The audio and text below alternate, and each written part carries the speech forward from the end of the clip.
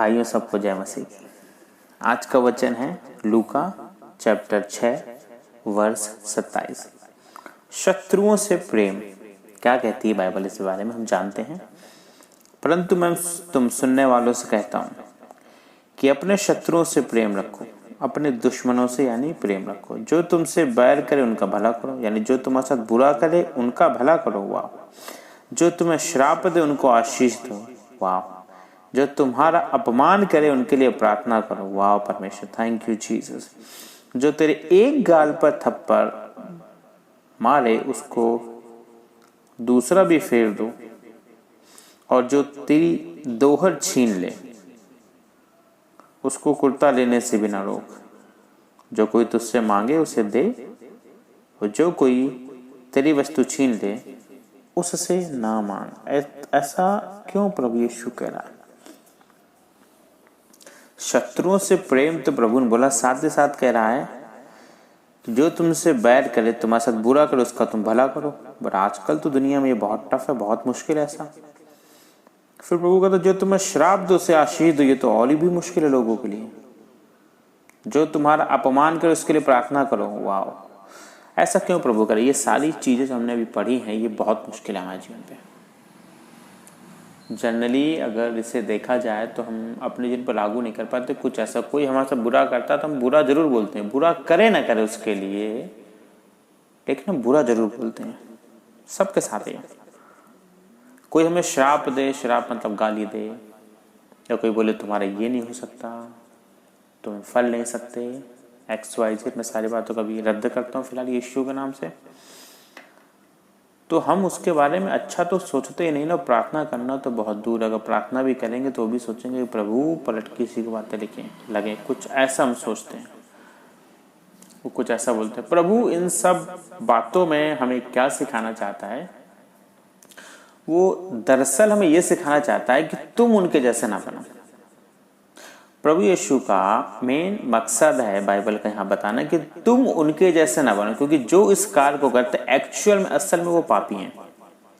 पापी क्या? अब समझो, बैर रखना पाप है, श्राप देना पाप है, किसी गाल पे थप्पड़ मारना अननेसेसरी पाप है, किसी की दोहर छीन लेना, सामान छीन लेना भी पाप है कि नहीं? ये सारी चीजें क्या है?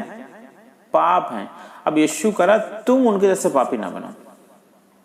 अगर कोई तुम्हें गाली दे रहा, पलट के गाली मत दो, क्योंकि तुमने गाली दी, तुम में उसमें कोई अंतर नहीं रह जाएगा।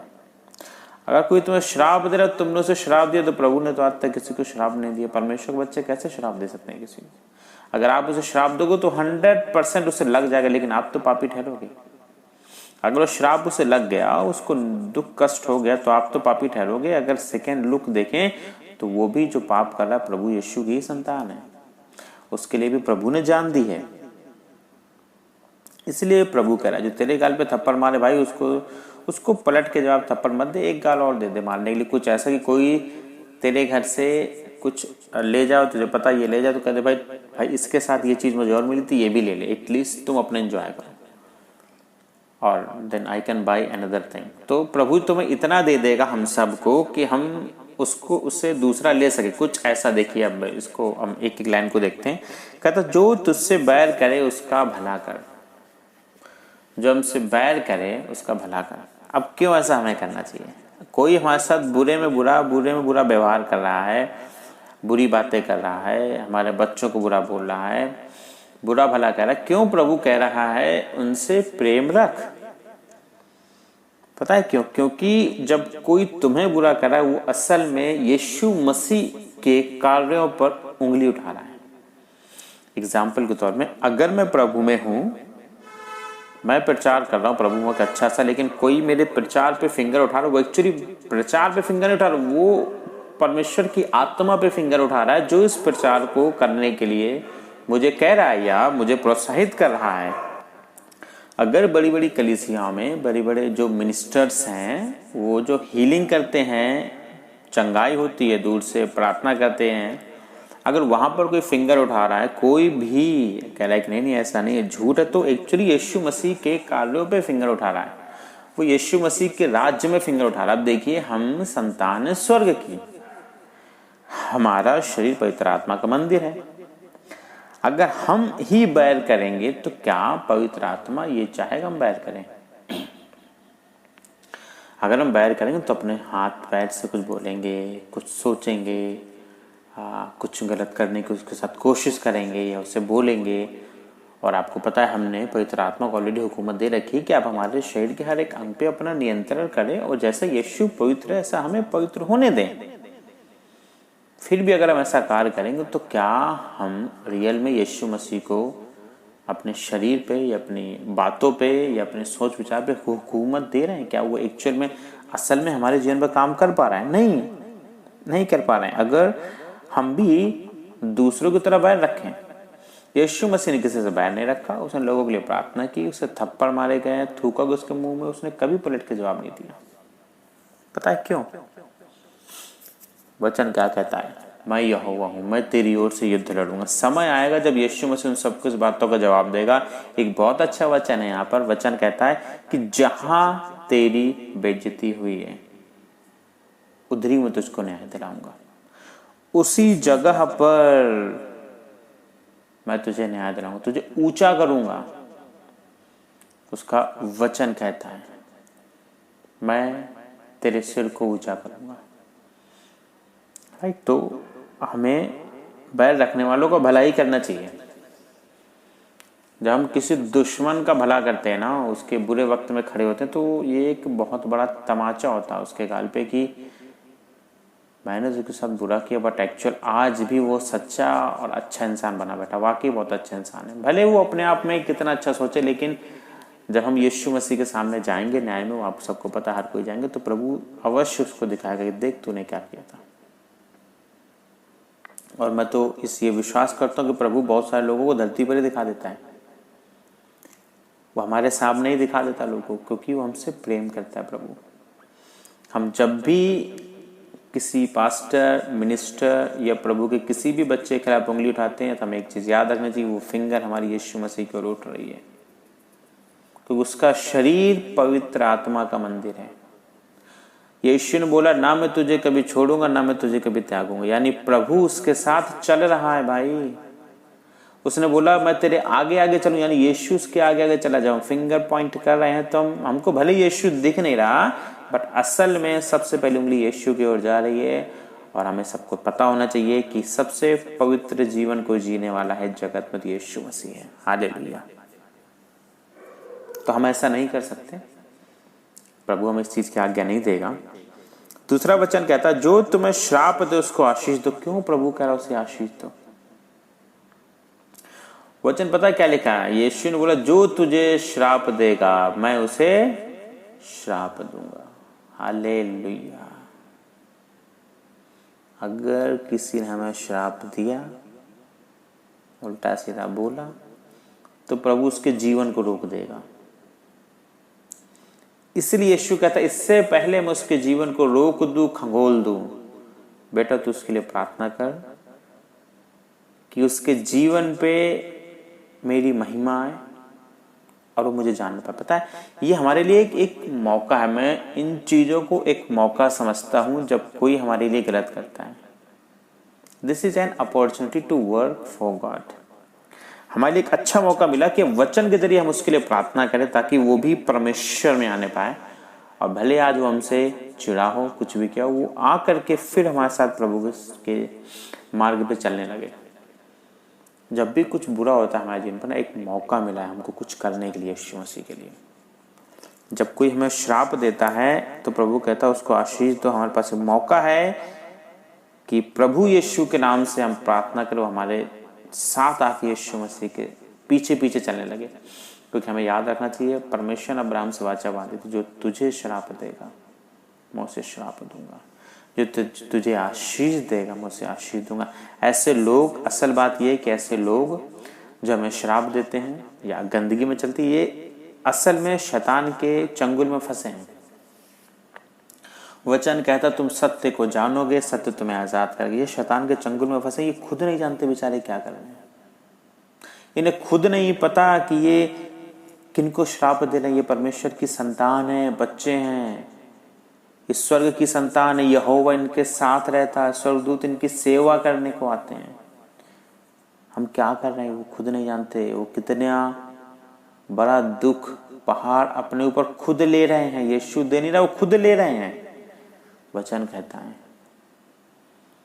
कि मैं तुम्हारा न्याय अवश्य करूंगा। जो तुम्हें दुख देगा, सताएगा, वो उसका फल अवश्य पाएगा। वो लोग नहीं जानते कि हमारा पिता कौन है, कितना पावरफुल है। हमें उन्हें बताने की जरूरत है। लड़के नहीं, झगड़ के नहीं, प्रार्थना करके उनको आशीर्वाद देंगे। प्रभु ये नहीं जानते क्या करते हैं। यीशु ने क्रॉस से क्या बोला? ये नहीं जानते पिता ये क्या करते, ने माफ कर। कुछ ऐसा हमें कहना, ये नहीं जानते पिता ये क्या करते, ने माफ कर। पता है क्यों? जब हम ऐसा बोलेंगे तो सबसे बड़ी हार किसकी होगी बताएं? शैतान की। अगर वो हमें गाली दे रहे हैं, कुछ कर रहे हैं, हमारे साथ धोखा कर रहे हैं, हमें छेड़ रहे हैं, हमें परेशान कर रहे हैं, इसके पीछे सबसे बड़ा हाथ शैतान का है। उसने उनके दिमाग को ऐसा मैनिपुलेट कर दिया है, इस तरह घुमा रखा है, नियंत्रण में कर रखा है कि वो आपको ऐसा बोल रहे हैं। और जब हम यीशु से उनके लिए प्रार्थना करते, उन्हें माफ करते हैं, तो शैतान के मुंह में ऐसा तमाचा पड़ता है कि यार मैंने चाल चली लेकिन वो सफल नहीं हुई। यानी कि उसने चाल चली लेकिन वो सफल नहीं हुई। और यीशु का जो कार्य है तुम्हारे जीवन में पूरा हो जाएगा। लेकिन अगर हमने पलट के जवाब दे दिया तो शैतान तो ये चाहता ही है कि तू इसे जवाब दे, गलती कर और मैं तेरा गला भी पकड़ लूं। क्योंकि जब पाप करेंगे तभी शैतान हमारे जीवन पे हावी हो पाएगा। और फिर ऐसे में हम ये नहीं बोल सकते कि प्रभु मैं तेरी बहुत प्रार्थना करता हूँ, बहुत बाइबल पढ़ता हूँ, प्रभु ये करता हूँ, वो करता हूँ। अब आप ऐसा नहीं बोल सकते हैं, क्योंकि अगर हम पाप की मजदूरी क्या है आप सबको पता है। अगर हम ऐसा करेंगे पाप का कार्य तो शैतान का की हुकूमत जरूर आएगी। जाहिर सी बात है, हम इस इंडिया में, भारत देश में रहते हैं या कोई किसी भी कंट्री में रहता हो, अगर हमने यहाँ के किसी नियम को तोड़ा है, कोई पाप किया है, तो हम कितने भी अच्छे रहे, हमारा बैकग्राउंड कितना अच्छा हो, हमने उसके 2 घंटे पहले कितना भी अच्छा कार्य किया हो, लेकिन दोष तो हम पे लगेगा ही। पुलिस में कंप्लेन जाएगी, दोष लगेगा ही, वो हमको पकड़ेंगे। भले हमें सजा कम हो, 2-3 दिन में छूट जाए, सेम डे छूट जाए, लेकिन दोष तो लगेगा ही हम पे। तो यीशु नहीं चाहता तुम पे दोष भी लगे। वो नहीं चाहता कि तुम 1 सेकंड के लिए भी उसके सामने खड़े हो दोषी की तरह वो तुम्हारा न्याय करे। नहीं, वो नहीं चाहता। वो चाहता है 24/7 आप एक पुत्र की तरह उसके पास रहें और सामने खड़े रहें, और वो आपके साथ as a father, as a friend, as a दोस्त रहे। आगे लिखा, जो तेरे गाल पर थप्पड़ मारे उसकी और दूसरा भी फेर दे। ऐसा क्यों प्रभु चाहता है कि तुम्हें कोई मारे दूसरा फेर दे? यानी तू और मार खाता है, पलट के हाथ मत उठाना, जवाब मत देना। क्योंकि इन सारी चीजों को स्वर्ग से देखने वाला परमेश्वर देख रहा है, कौन तेरे साथ क्या कर रहा है, क्या नहीं कर रहा है। ऐसे मैंने बहुत सारी कलीसिया सुनी है गवाही, भी रिसेंटली तो 2.5 साल पहले की बात है। एक कलीसिया पे बहुत ज्यादा सताव आया, बहुत ज्यादा सताव था। आसपास के लोग बहुत सता रहे थे, परेशान कर रहे थे। वो कलीसिया प्रार्थना कर रही थी, कोई भी गवर्नमेंट का इंसान, पुलिस कोई उसके साथ नहीं थे। हालेलुया। वो कलीसिया अकेली थी, प्रार्थना कर रही। पता है अगले 1 या 2 दिन बाद उनको स्वर्गदूत दिखाई दिए, जो उनकी कलीसिया के ऊपर टहल रहे थे। पता आप लोगों को स्वर्गदूत उनको दिखाई दिए। दिन उनको विश्वास हो गया कोई हो हमारे साथ, हो ना हो, लेकिन हमारा यहोवा हमारे साथ है। हालेलुया। तो जब कोई हमारे साथ बुरा कर रहा है तो हमें घबराने की जरूरत नहीं, क्योंकि कहीं ना कहीं यहोवा हमारे साथ है। वो स्वर्गदूत इसलिए दिखाई दिए क्योंकि शैतान कहीं ना कहीं लगा था। अब आप देखो, जब यीशु मसीह कब्र के अंदर रखे गए थे, तो फरीसियों ने बोला हुआ था कि देखो भाई, लोगों ने सुना है, उसके मुंह से हमने सुना है, किसने बोला है, मैं अगले दिन जी उठूंगा सुबह, तीसरे दिन जी उठूंगा सुबह। तो ऐसा ना कहीं जी उठे तो पहरेदार लगा दो, ऐसा करो वैसा करो। तो ये चीज लूसीफर को भी पता थी, शैतान को भी पता थी कि तीसरे दिन जी उठेगा। वो जानता था अगर ये जी उठा तो सबसे बड़ी हार किसकी होगी? शैतान की। क्योंकि आज यीशु मसीह जी उठा, इसलिए आज हम भी उस पर जीवित रहेंगे, वचन कहता है, राइट। तो अगर शैतान को इस बात का पता था तो बाइबल में लिखा ना, इस बात का जिक्र ना हो, लेकिन आप हम समझ सकते हैं कि जिसके राज्य को इतना खतरा है, तो क्या उसने पूरी ताकत नहीं झोंक दी होगी यीशु मसीह के पीछे कि वो उठने ना पाए? मैं कहता हूं नर्क के, दूसरे स्वर्ग के जितने भी अंधकार की पावर होगी ना, सारी की सारी शैतान ने झोंक दी होगी, इधर ही खड़े हो जाओ। कोई भी स्वर्गदूत आए स्वर्ग से कुछ भी, उसको लड़ जाना, तुम्हारे दांत कट जाए, हाथ कट जाए, गला कट जाए, लेकिन यीशु को ले जाने मत देना। हालेलुया। उसने बात बोली होगी शैतान ने, और खुद खड़ा हो गया होगा जाकर के वहां, लेकर के तलवार झुंड लगा करके, पूरे जितने भी करोड़ों दूतों को स्वर्ग से गिराया गया था सारे खड़े हो गए होंगे जाकर के, ताकि यीशु मसीह कब्र से जी न उठे तीसरे दिन। लेकिन क्या वो नहीं जिया? वो जिया ना, हम सब जानते हैं वो जी उठा। और मैं विश्वास करता हूं कि स्वर्ग से न तो मिकाइल को आना पड़ा होगा, ना गैब्रियल को आना पड़ा होगा, न बाकी स्वर्गदूतों को आना पड़ा होगा, पवित्र आत्मा का आना ही बहुत है। हालेलुया। जब पवित्र आत्मा आया होगा यीशु को उठाने, तो पूरा नर्क दहल गया होगा। हम अंदाज नहीं लगा सकते कि कितनी बड़ी तबाही मची होगी उस समय नर्क में, जब पवित्र आत्मा यीशु को उठाने आया होगा। हालेलुया। जब पवित्र आत्मा नर्क से यीशु की आत्मा को उठा उसके शरीर के अंदर डाला होगा, तो शैतानों की तो वाट लग गई होगी। वो गए बहुत कॉन्फिडेंस से होंगे, बहुत अंदर से विश्वास से गए होंगे कि हम यीशु को उठने नहीं देंगे, लेकिन यहोवा यहोवा है। हालेलुया। यहोवा परमेश्वर यहोवा, उसने सोच लिया, ठान लिया, वो कर दिया। उसने सोच लिया, वो कर दिया। मैं इस बात की फुल गारंटी देता हूं कि शैतान ने पूरी ताकत झोंक दी होगी यीशु मसीह को रोकने के लिए, क्योंकि उससे कुछ समय पहले अगर हम बाइबल पढ़े तो उसने यीशु मसीह को, जब वो पवित्र आत्मा उनको ले गया था ताकि उनकी परीक्षा की जाए, तब भी आया था खुद। फिर जब यीशु क्रॉस में इनको चढ़वाया तब भी आया खुद, तो उसने पूरी ताकत झोंक दी, बट यीशु जी उठे। तो यहाँ से साफ साफ हम देख सकते हैं परमेश्वर बहुत ही सामर्थ्य है, असंभव काम को भी संभव करने वाला है। कितनी भी नरक की आत्मा आपको घेरे हों, कोई फर्क नहीं पड़ता। वचन कहता है एक तरफ 1000 दाहिनी और 10,000 गिरेंगे, लेकिन तेरे पास ना आएंगे।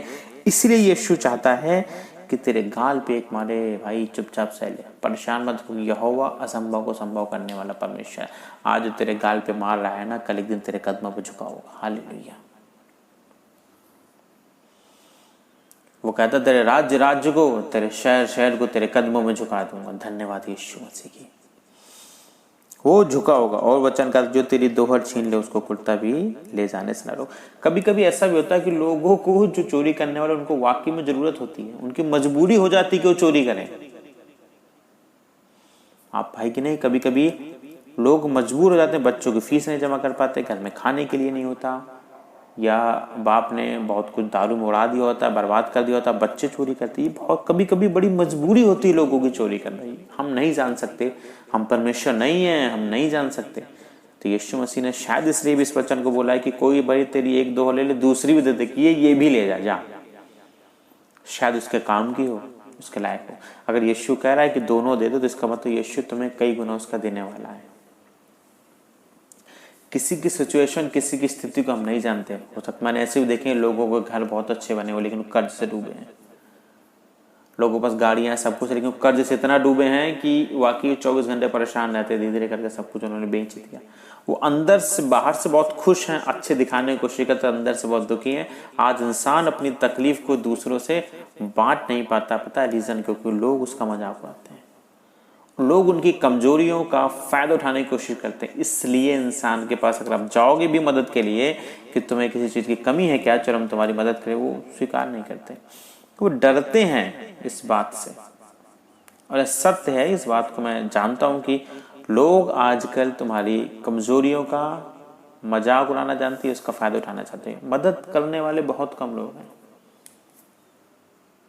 तो इसलिए भी प्रभु ने इस बात को बोला हो कि दूसरा दे दे। और जब प्रभु तुमसे बोल रहा है कितना दे दो, तो कहीं ना कहीं तुम्हें उसका 2 गुना 3 गुना देने वाला है। तुम प्रभु के बच्चों को तो हम दे रहे हैं, तो हमें किसी को दान देने से भी नहीं पीछे घटना चाहिए, घबराना चाहिए। और जब किसी को जरूरत, यीशु कहता किसी को जरूरतमंद को अवश्य दो। अगर तुम्हें पता है कि ये जरूरतमंद है, उसको दे दो। अगर तुम्हें ये पता चला चोरी करने वाला भाई, इसको कोई ना कोई जरूरत होगी, तो उसको दे दो। ले, परेशान मत हो, चोरी मत कर जा, करे, खुश रहे। हालेलुया। और जो कोई तुझसे मांगे उसे दे, और जो तेरी वस्तु छीन ले उससे ना मांग। कुछ लोग तो जबरदस्ती छीनते हैं लड़ाई झगड़ा के लिए। तो प्रभु यहाँ भी कह रहा मत मांगना भाई, ऐसा ना हो तुमको और ज्यादा तुमसे झगड़ा करने लगे। क्योंकि प्रभु ने अगर तुम्हें मना किया मत मांग, तो तुम्हें दूसरा देगा। ये सत्य बात है, तुम्हें दूसरा वो देगा। दूसरी बात ये भी होती है कि किसी को जरूरत है, फिर वो छीन के लिए जा रहा है तुम्हारी चीज, तो भी प्रभु आ कहता मत मांग, उसके पीछे मत जा, पुलिस कंप्लेन पे मत कर, क्योंकि प्रभु यीशु तुम उसके बदले कुछ अच्छा दे देगा। वचन भी इस तरह कहता है कि सब बातें मिलकर तुम्हारे लिए भलाई उत्पन्न करेंगी। तो इस बात पे भी हमें विश्वास रखना चाहिए कि सारी बातें मिलकर हमारे लिए भलाई उत्पन्न करेंगी। लास्ट में कुछ ऐसा लिखा 31, जैसा तुम चाहते हो कि लोग तुम्हारे साथ करें वैसा तुम भी उनके साथ करो। हालेलुया, बिल्कुल सत्य बात। अगर हम चाहते हैं लोग हमसे प्रेम करें तो यीशु कहता तुम भी उनसे प्रेम करो। अगर तुम चाहते हो लोग तुम्हारी मदद करें तो तुम भी उनकी मदद करो। अगर लोग चाहते हैं कि अगर तुम चाहते हो कि लोग तुम्हारे बुरे वक्त में साथ दे, तुम भी उनका साथ दो। जब बीमार है तुम भी हाथ बढ़ाओ, उनको दिखाने जाओ, उनके घर जाओ, उनसे पूछो, उनका हाल चाल लो, उनका सपोर्ट करो, उनका फायदा मत उठाओ, उनकी कमियों का, उनकी गलतियों का फायदा मत उठाओ, बल्कि उनका सपोर्ट करो, उन्हें बताओ, उन्हें मार्ग दिखाओ, रास्ता दिखाओ, अपने एक्सपीरियंस उन्हें समझाने की कोशिश करो और कुछ ऐसा समझाओ जिससे उनका भला होने पाए, ऐसा नहीं कि उनका बुरा हो। क्योंकि हमारी जनरेशन हम तक नहीं रुकनी, हमारे आगे ही बढ़नी है। अगर हम चाहते हैं हमारे आने वाली संतान, संतानों के संतान, संतानों संतान का भला हो, क्योंकि परमेश्वर यहोवा क्या कहता है, मैं जनरेशन से जनरेशन ब्लेस करने वाला परमेश्वर हूं। तो हमें ये सब करने की जरूरत है, अच्छे कार्य करने की, लोगों को भला करने की जरूरत है, उनके साथ बैठने की, उनको बताने की, उनका दर्द बांटने की जरूरत है। अगर हम ऐसा करेंगे तो ये प्रभु का वादा है, कहता है कि जैसा तुम चाहते हो कि लोग तुम्हारे साथ करें तुम भी उनके साथ वैसा करो। अगर तुम चाहते हो लोग तुम्हें रिस्पेक्ट दें, सम्मान दें, तो पहले खुद देना सीखो। अगर चाहते हो लोग तुम्हें पूछें कार्यों पर, तो पहले खुद उनको पूछना सीखो। कुछ ऐसा कि पहले खुद करो भला, फिर भलाई की उम्मीद करो। और सबसे बड़ी बात है कि प्रेम ही है जो हर चीजों को काट सकता है।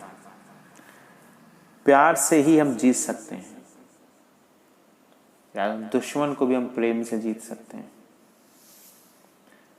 तो अगर प्रेम नहीं है तो फिर हम कुछ नहीं जीत पाए। जगत को यीशु मसीह ने युद्ध करके तलवार से नहीं जीता है, प्रेम से ही जीता है और बलिदान से।